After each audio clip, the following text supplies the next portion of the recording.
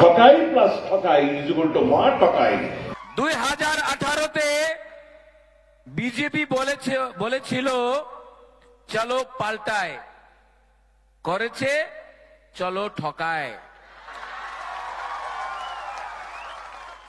রেগা 340 টাকা, বাঙালি ট্রাইবাল সবাই 340 টাকা আপনি পেয়েছেন? क्या बोलता है इसको, क्या बोलता है? ठकाय। বাঙালিতে বলে जुमला, कॉकबोरक के बोले हाँ, आप भी कॉकबोरक सीख रहे हैं समीर बाबू। अच्छा, बुरुई बुमा को स्मार्टफोन मिलेगा, स्कूटर मिलेगा, मिला? वो बाइक वाहिनी को स्कूटर मिल गया, हम लोग का बुरुई और बुमा को नहीं मिला। 2 तारीख को जीतेगा ना, ये बाइक वाहिनी का स्कूटर लेके आप लोगों को दे देगा, डिस्ट्रीब्यूट कर देगा। क्या क्या फिर से ठकाए। आज वो 2018 में बड़ा बड़ा लीडर लेकर आया, बोला ये होगा वो होगा ये होगा, कुछ नहीं हुआ। 5 साल तक एक भी नेता दिखाई नहीं दिया। 2023 में वापस ये लोग आ रहा है। ठीक আছে, डबल इंजन का सरकार है, यही बार यही होबे, स्मार्टफोन होबे, चाकरी होबे, ये होगा फलाना होगा फलाना होगा। इलेक्शन खत्म, ये नेता लोग good bye tata bye bye. फिर से 2028 में ठकाई करने के लिए आए। नौकरी देगा, दिया है कि नहीं दिया? तो वो से नहीं, आपको बोला था 50,000 हर साल नौकरी देगा, दिया है कि नहीं? এসব অনেক কথার পরে ये পার্টি ঠকায়, বিজেপি ঠকায়। নির্বাচনের পরে এই ঠকাইয়ের লোকে আরেক ঠকাই না গিয়ে মিলছে। অনেক সরকার তো এ থেকে মহা ঠকাই না সরকার। ঠকাই প্লাস ঠকাই ইজ ইকুয়াল টু মহা ঠকাই। এই মহা ঠকাই না সরকার সারা ত্রিপুরা রাজ্যের মানুষকে ঠকাইতেছে। এবার ত্রিপ্রাসা বুঝতেছে যে না, এইভাবে দিন যাইব না।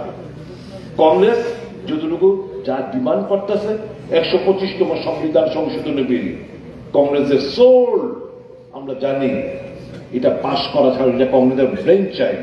এটা 2011 কংগ্রেস শুরু করছিল, 2020 সালে এটা পার্লামেন্টে উত্থাপিত হয়েছে বিজেপির ইয়েতে সরকারের সময়, এখন অব্দি পাশ হয় নাই 125th অ্যামেন্ডমেন্ট বিল। জানেন, আমি যে সময় এই গত সেশনে আমি অ্যাসেম্বলি চাইতে দেখতাম টিএসএম এর তারা গান্ধীর সাকিরক গান্ধী মূর্তি নিয়ে এলো, we want Roman script, Kokborok in Roman script. তো আমি আমার আলোচনার সময় আমি সরকারকে বললাম যে ককবরকটা তোমরা অষ্টম শিডিউলের কথা কো, আর এটা তো লিপিতেও ঠিক হয়েছে না, কোন লিপিতে হইব? কিন্তু ত্রিপ্রাসা অধিকাংশ মানুষ ডিমান্ড করতেছে ককবরকটা রোমান স্ক্রিপ্ট হোক। আমাদের দল 2000 সালে আননিমাসলি আমরা বসে সিদ্ধান্ত নিয়েছি যে Kokborok should be in Roman script. এটা আপনারা ব্যবস্থাপনা করেন। আমি কইলাম, আমি ভাবছিলাম যে আমার যে বাকি 13 জন এমএলএ আছে ত্রিপুরা মথা, এরা অন্তত আমার এই যে বক্তব্যটাকে তারা সমর্থন করবেন। একজন দাঁড়ায়া কথা কইল না, এইটার সপক্ষে কথা কইল না। কিন্তু আমি আমার ডিউটি, আমার দলের তরফ থেকে যে ডিউটি আমাকে ন্যস্ত করা হয়েছে, I have placed the demand before the appropriate authority to take necessary steps. তো এগুলো তো এখন ত্রিপ্রাসা জনগোষ্ঠী বুঝতেছে। কাজে আমার অনুরোধ থাকবে আপনার সকলের কাছে, আরো ব্যাপকভাবে ত্রিপ্রাসা জাতিগোষ্ঠীর আমাদের সঙ্গে আনেন।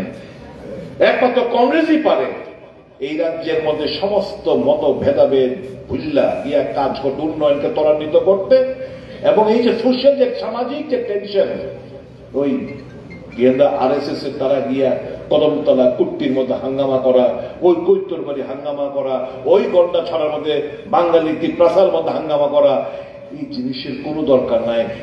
এদের ব্রেন চাইল্ড আরএসএস এবং তার ফ্রিঞ্জ এলিমেন্টদের ব্রেন চাইল্ড হইতে গিয়া